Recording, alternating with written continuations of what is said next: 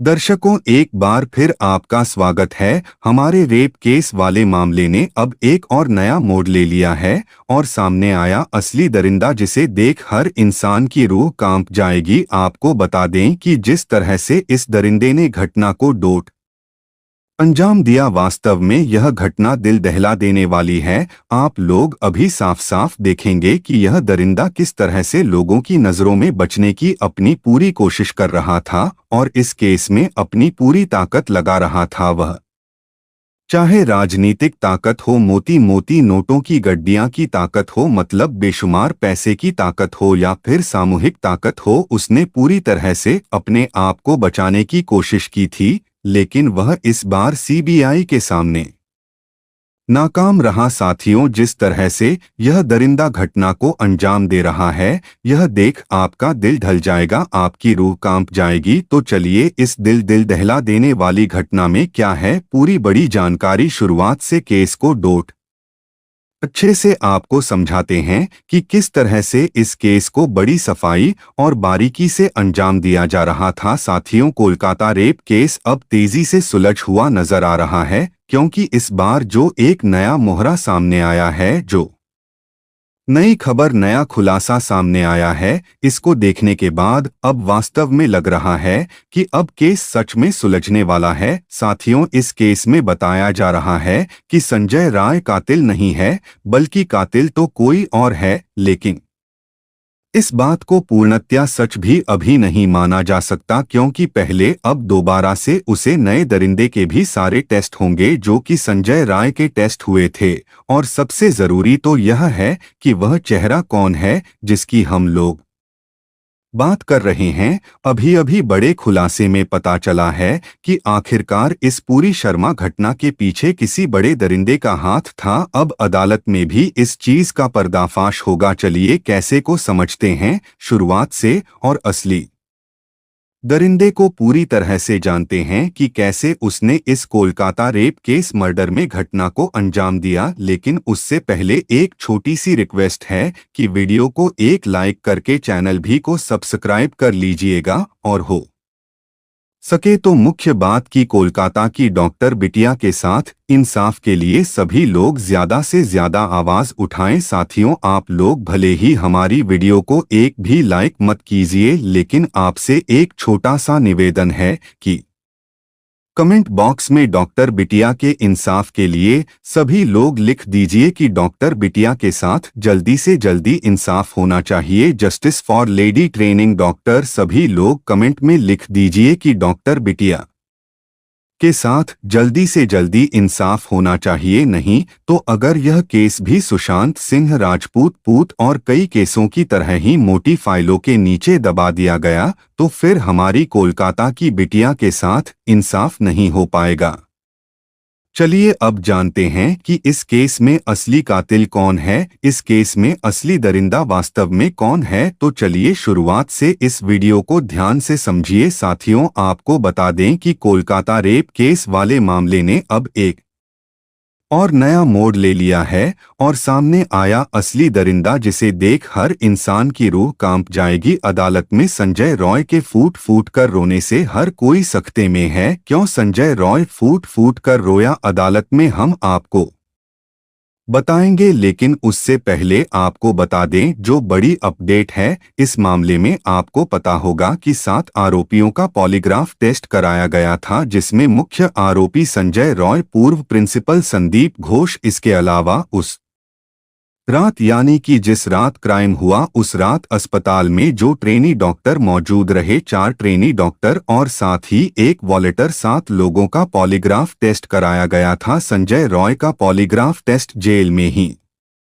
कराया गया था, जहां वह 14 दिनों की न्यायिक हिरासत में भी भेजा गया था। लेकिन अभी की जो बड़ी खबर है, उससे पहले आपको बता दें कि अदालत में हर कोई सन्न रह गया जब संजय रॉय ने फूट फूट कर कहा कि वह बेगुनाह है, वो बेकसूर है, निर्दोष है, और इसीलिए चाहता है कि इस मामले में जो भी जांच सीबीआई को करानी हो वह कराए, ताकि असली आरोपी, असली गुनहगार सामने आ पाए। संजय रॉय फूट फूट कर अदालत में कहता है कि वह बेकसूर है, उसने कुछ नहीं किया और तभी वह हर तरह की जांच का हिमायती है, हर तरह की जांच के पक्ष में है, क्योंकि वह चाहता है कि इस मामले में जो सही आरोपी है, असली आरोपी है, वह सामने आए। इससे पहले आपको बता दें कि न्यूज़ 18 की टीम ने संजय रॉय के दोस्तों से भी बातचीत की। उन दोस्तों ने इस बातचीत में बताया कि संजय रॉय अपनी प्रवृत्ति से ही आपराधिक किस्म का है।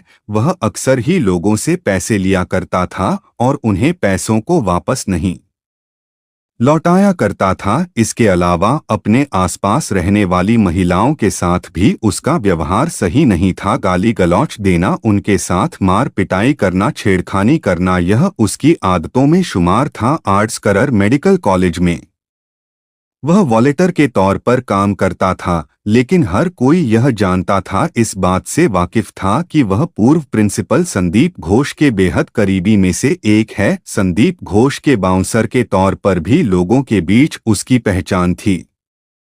संदीप घोष की भूमिका भी इस मामले में शुरू से ही संदिग्ध रही है। इस पूरे मामले को लेकर टिप्पणी सुप्रीम कोर्ट ने भी की, सर्वोच्च अदालत ने भी की। जिस तरह से इस पूरे मामले को लेकर एफआईआर दर्ज की गई, जांच शुरू की गई, वो बताता है कि इस पूरे मामले को लेकर शुरुआत से ही पुलिस काफी गंभीर नहीं थी और मामले में कुछ छिपाने की कोशिश शुरुआत से ही की जा रही थी। वहीं पॉलीग्राफ टेस्ट जो हुआ था उसको लेकर यह कहा जा रहा था कि अब दूध का दूध और पानी का पानी हो जाएगा। यह साफ हो जाएगा कि कौन झूठ बोल रहा है, कौन सच बोल रहा है। यदि आपके मन में यह बात होगी कि पॉलीग्राफ टेस्ट होता क्या है, पॉलीग्राफ टेस्ट दरअसल झूठ पकड़ने वाली मशीन के जरिए किया जाता है, जिसे हम कहते हैं लाई डिटेक्टर मशीन। इसमें शरीर में हो रहे बदलावों के जरिए इस बात की जानकारी मिलती है कि इंसान सच बोल रहा है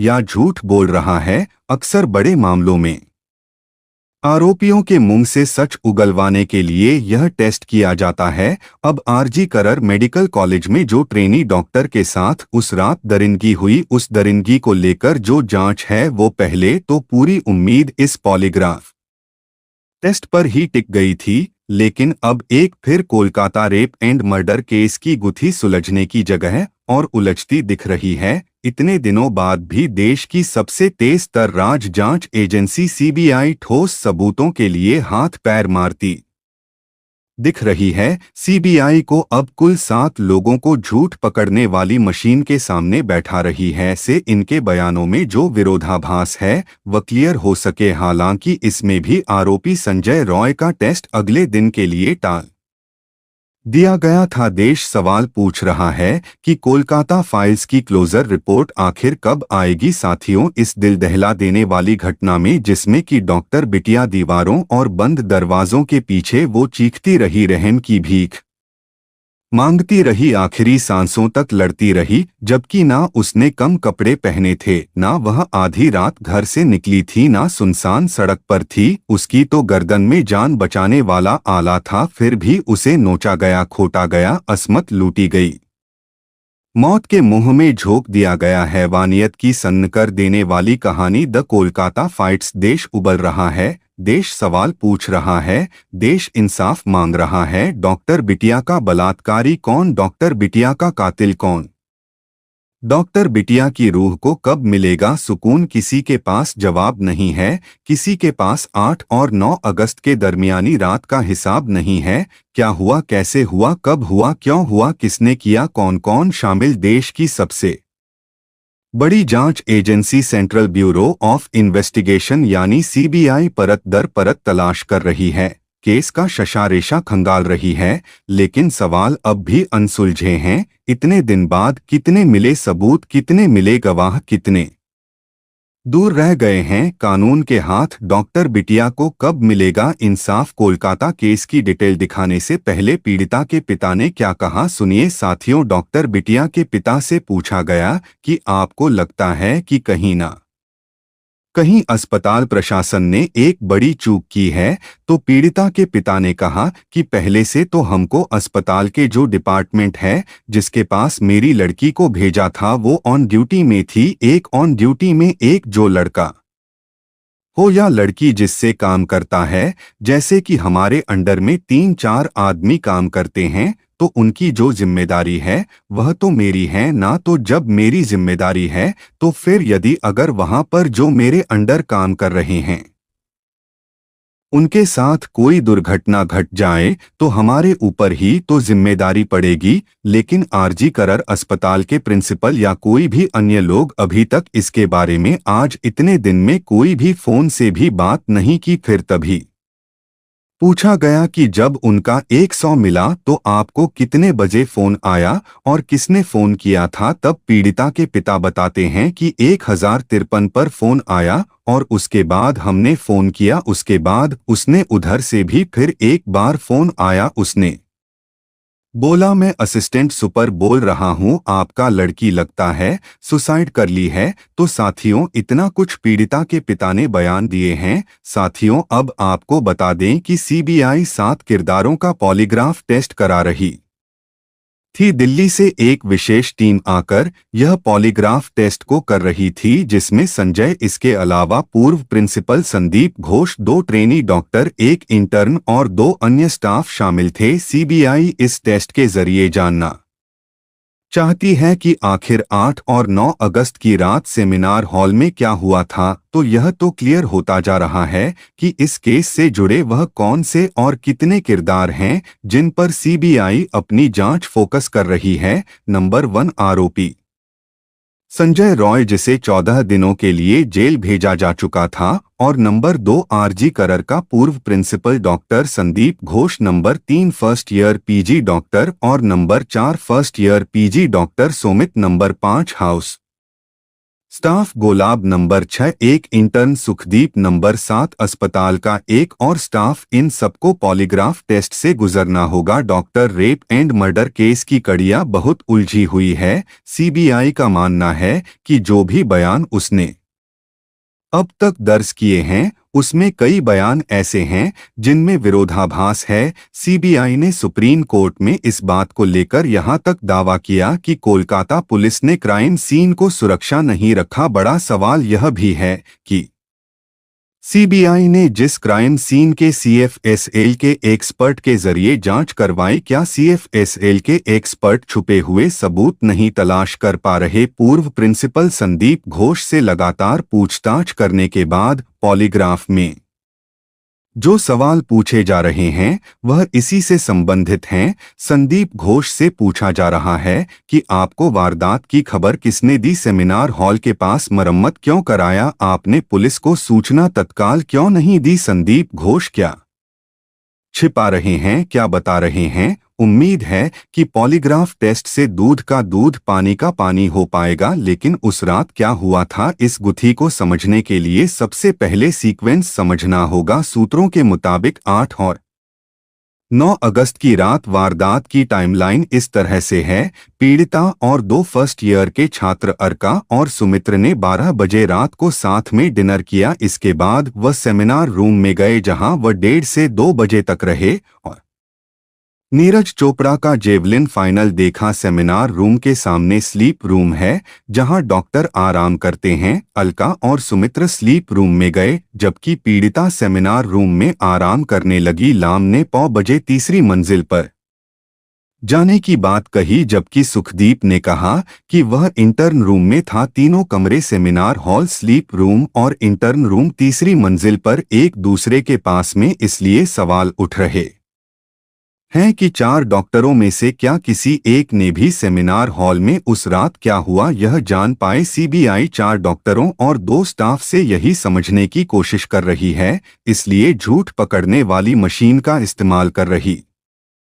है। इन लोगों से जो सवाल पूछे जा रहे हैं उसकी लिस्ट भी देख लीजिए। खाना खाने के बाद आप कहाँ गए, क्या आपने पीड़िता की चीख सुनी, वारदात का पता चलने पर आपने क्या किया। सवाल है कि पीड़िता को आखिरी बार जिंदा देखने वाले 4 डॉक्टर के पॉलीग्राफ टेस्ट से सीबीआई को क्या हासिल हो सकता है। और उससे भी बड़ा सवाल है कि सीबीआई के सामने ऐसी कौन सी चुनौती आ गई है जिसके चलते उसे 1-2 नहीं बल्कि 7 लोगों के पॉलीग्राफ टेस्ट कराने की जरूरत पड़ गई। इस वारदात के अगले दिन कोलकाता पुलिस ने संजय रॉय को गिरफ्तार किया था। कोलकाता पुलिस संजय रॉय की गिरफ्तारी के बाद इस मामले को जितना ओपन एंड शट मान रही थी, सीबीआई को डोट ऐसा नहीं लगता है। कोलकाता पुलिस की नज़र में मुख्य आरोपी संजय रॉय है, लेकिन सीबीआई असली कातिल तक पहुंचने के लिए 7 किरदारों का पॉलीग्राफ टेस्ट करा रही है।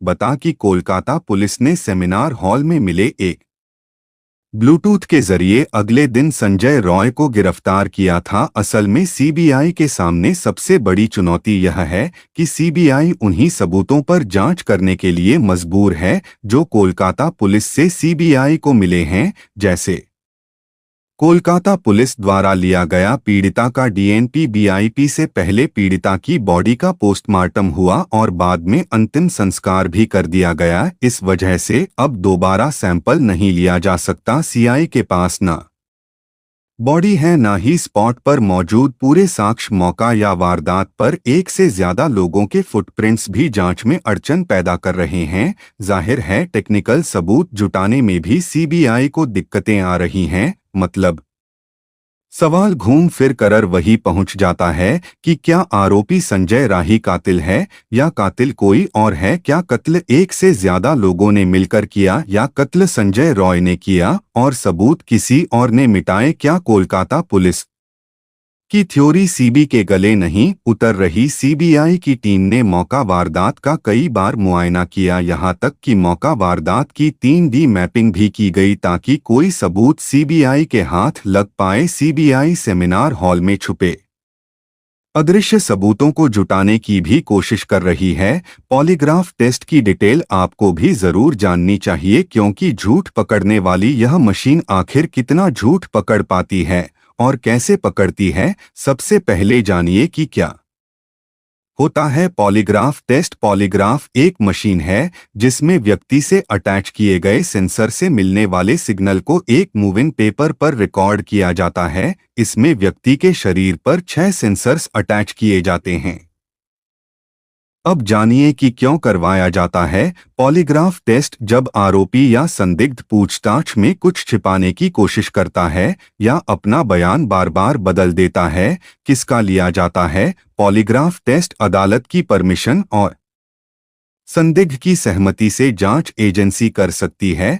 टेस्ट कैसे काम करता है? पॉलीग्राफ मशीन इन्हें रिकॉर्ड करता है। सांस लेने की गति, व्यक्ति का पल्स, व्यक्ति का ब्लड प्रेशर, व्यक्ति का पसीना, हाथ पैर का मूवमेंट। कोलकाता केस इसलिए भी उलझ गया है कि जिस आरोपी संजय रॉय को कोलकाता पुलिस ने गिरफ्तार किया उसका कहना है कि वह निर्दोष है, उसे फंसाया जा रहा है। संजय रॉय की वकील का कहना है कि वह पॉलीग्राफ टेस्ट के लिए इसीलिए तैयार हुआ क्योंकि सच सामने आ सके। लेकिन सवाल है कि क्या संजय सच बोल रहा है? कोलकाता केस की जांच कहीं उलझ कर दम ना तोड़ दे, इसलिए सीबीआई कोई कोर कसर नहीं छोड़ना चाहती है। सीबीआई हर एक उस तकनीक का इस्तेमाल कर रही है ताकि इस मर्डर मिस्ट्री से पर्दा उठाया जाए। लेकिन इस तरह से इस घटना और इस वारदात ने कोलकाता ही नहीं बल्कि पूरे देश में आक्रोश की लहर दौड़ा दी है और हर तरफ दरिंदे के लिए फांसी और बेटियों के लिए इंसाफ की मांग की जा रही है। Sealdah court, Kolkata high court, supreme court जिसने स्वतः संज्ञान लिया, सबकी नजरें सीबीआई जांच पर टिकी थी। सीबीआई कोर्ट में पहले ही यह क्लियर कर चुकी थी कि सायों के साथ छेड़छाड़ किया गया। लेकिन वही अब बड़ी खबर आ रही है कि आरोपी संजय रॉय की वकील ने उसे बेकसूर बता दिया है। साथ ही वारदात के बाद से लेकर अब तक की जांच पर भी सवाल खड़े किए गए। संजय रॉय ने वकील को क्या क्या बताया और अब वकील ने कैसे सीबीआई को भी निशाने पर ले लिया है, इस रिपोर्ट के जरिए आपको दिखाते हैं। हमें बस जस्टिस चाहिए। सीबीआई इंक्वायरी अच्छे से हो। Trainee doctor rape murder case में नया पेज। आरोपी संजय रॉय के वकील के दावे से उठे सवाल। आरजी कर कॉलेज में किसी और ने दिया वारदात को अंजाम, जज के सामने क्यों गड़गड़ा लगा आरोपी संजय रॉय? क्या वारदात में शामिल लोगों के नाम छिपा रहा? संजय संगीत